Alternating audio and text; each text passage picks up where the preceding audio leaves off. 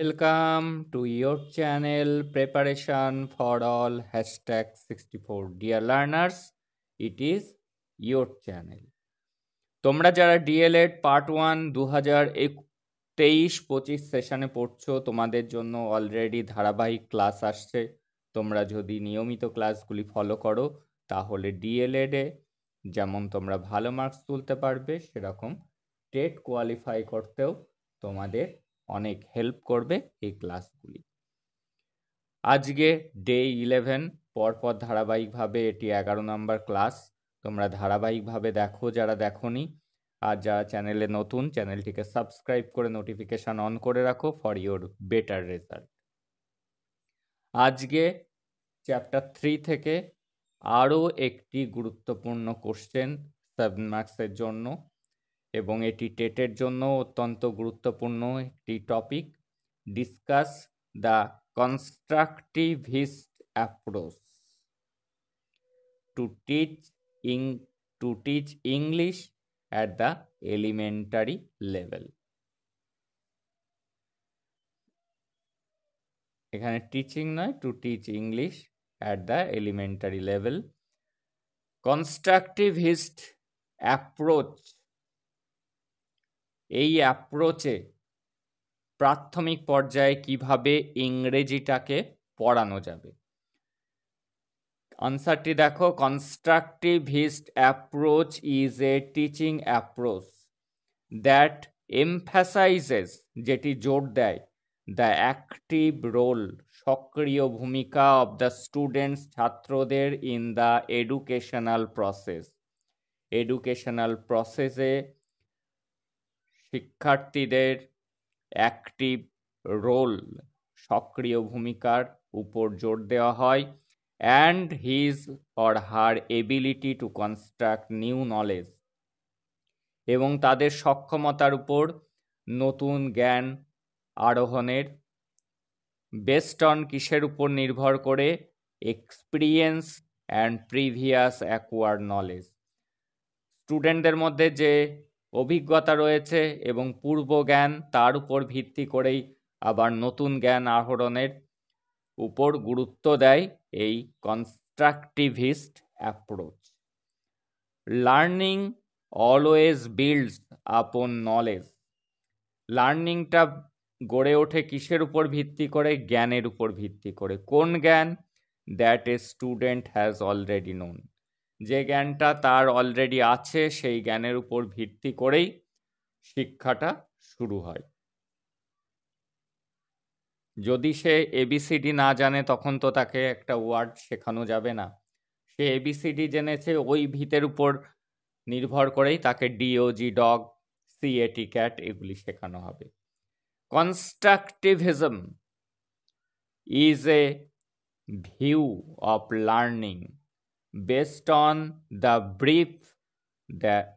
On the belief, সেই বিশ্বাসের উপর নির্ভর করে learning, that knowledge is not a thing, জ্ঞান এমন একটি বিষয় না, that can be simply given by the teacher, যে শিক্ষক বলে দিল আর আমার জ্ঞান হয়ে গেল। কোনো টপিক নিয়ে শিক্ষক বলে দিল আর সাথে সাথে শিক্ষার্থীর মধ্যে জ্ঞান জন্ম নিল, এটি কিন্তু হয় না। এটি কনস্ট্রাকটিভিজমে বিশ্বাস করা হয়। তাহলে কিসের পরে নির্ভর করে? রাদার বরং নলেজ ইজ কনস্ট্রাক্টেড, জ্ঞান আহরণ হয়, বাই দ্য লার্নার, শিক্ষার্থীরা কিভাবে জ্ঞান অর্জন করে? Through an active mental process of development.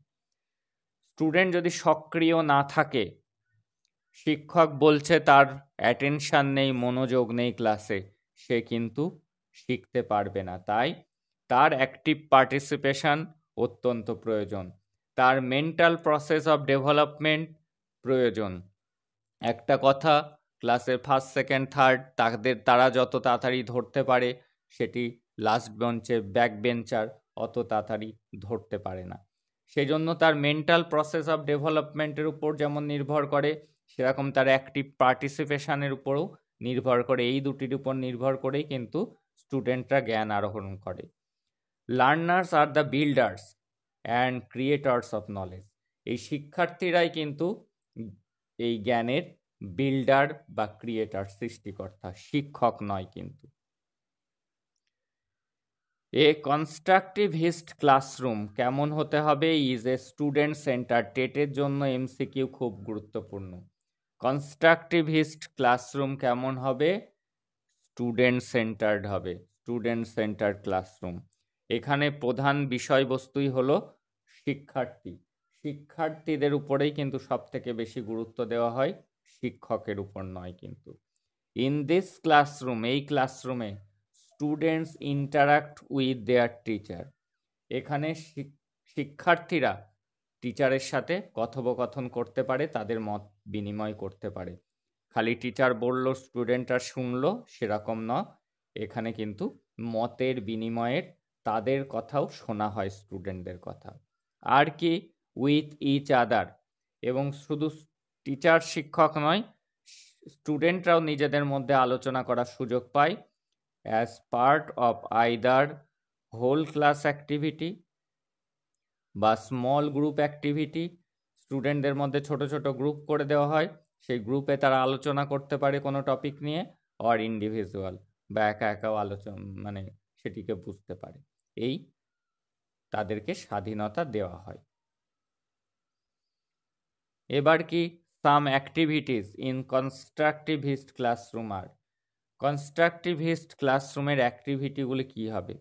গুরুত্ব দেওয়া হয় এক্সপেরিমেন্টের উপর, রিসার্চ প্রজেক্টের উপর, ফিল্ড ট্রিপের উপর। অর্থাৎ স্টুডেন্টদেরকে ক্লাসের বাইরে নিয়ে যাওয়া হয়, নিয়ে ক্লাসে বাইরে যে স্কুল সংলগ্ন মাঠ, বাগান, সেগুলিকে দেখানো হয়, বাস্তবধর্মী তাদেরকে পড়ানো হয়। আর কি? ক্লাস ডিসকাশন অর্থাৎ গ্রুপ ডিসকাশনের সুযোগ তাদেরকে দেওয়া হয়। এই ক্যারেক্টারিস্টিক্স, এই বৈশিষ্ট্যগুলি কিন্তু গুরুত্বপূর্ণ। এগুলি কিন্তু টেটের জন্যও কিন্তু এমসিকিউ কোশ্চেনগুলিতে আসবে কিন্তু এইগুলি। তাহলে কি কনস্ট্রাকটিভিস্ট ক্লাসরুম কি কি করানো হয়? অ্যাক্টিভিটিগুলি এক্সপেরিমেন্ট, সবই প্র্যাকটিক্যালের উপর জোর দেওয়া হয়, রিসার্চ প্রজেক্ট, ফিল্ড ট্রিপস এবং ক্লাস ডিসকাশন বা গ্রুপ ডিসকাশন। আর কি? এইবার দেখে নেব সাম ইম্পর্টেন্ট ক্যারেক্টারিস্টিক্স, বৈশিষ্ট্যগুলি কি এই অ্যাপ্রোচের। এই অ্যাপ্রোচটি কেমন? লার্নার্স আর অ্যাক্টিভলি ইনভলভড। এখানে শিক্ষার্থীরা সক্রিয়ভাবে অংশ নেয়। এটি চিলড্রেন সেন্টার্ড, এটি শিশু কেন্দ্রিক। টিচার অ্যাজ এ ফ্যাসিলিটেটর, এখানে টিচারের ভূমিকা কি? একজন ফ্যাসিলিটেটর অর্থাৎ একজন সাহায্যকারী। কিসের পরে ফোকাসড করা হয়? Focused on group work, group ওয়ার্কের উপর ছোট ছোট গ্রুপ করে দেওয়া হয়, A group, B group, C group, তোমরা নিজেদের মধ্যে আলোচনা করে উত্তর দাও, এই গ্রুপ ওয়ার্ক দেওয়া হয়। আর কি? টিচার স্টুডেন্ট ইন্ট্রোডাকশন, ইন্ট্রোডাকশন নয়, এটা হবে ইন্টারাকশন। এবং স্টুডেন্ট এবং টিচারদের মধ্যে আলাপচারিতার সুযোগ থাকে, ইন্টারাকশন। নাওএডেজ, বর্তমানে constructivist approach is a very popular approach, এটি বর্তমানে খুবই জনপ্রিয়। Because it is a child centred approach, কারণ এটি একটি শিশু কেন্দ্রিক অ্যাপ্রোচ। সো তাই it gives the student opportunity for active participation in the lesson. এই অ্যাপ্রোচ স্টুডেন্টদের কি সুযোগ এনে দেয়? অ্যাক্টিভ পার্টিসিপেশন, সক্রিয় অংশগ্রহণের সুযোগ নিয়ে এসে দেয়। এই ছিল আজকের গুরুত্বপূর্ণ 7 মার্কসের একটি কোশ্চেন এবং তার আনসার। এবং এটি যদি ভালো করে পড়ো তাহলে কিন্তু কনসেপ্টটি এই 3rd চ্যাপ্টার থেকে পুরো ক্লিয়ার হয়ে যাবে। 3rd চ্যাপ্টারে আর বাকি থাকলো 2 মার্কসের কোশ্চেন এবং এমসিকিউ কোশ্চেন। 7 মার্কসের যে কোশ্চেনগুলি গুরুত্বপূর্ণ ছিল 3rd ইউনিট থেকে, সেগুলি কিন্তু পুরো কমপ্লিট করে দেওয়া হলো আজকে। দ্যাটস অল টুডে, দেখা হচ্ছে পরের ক্লাসে।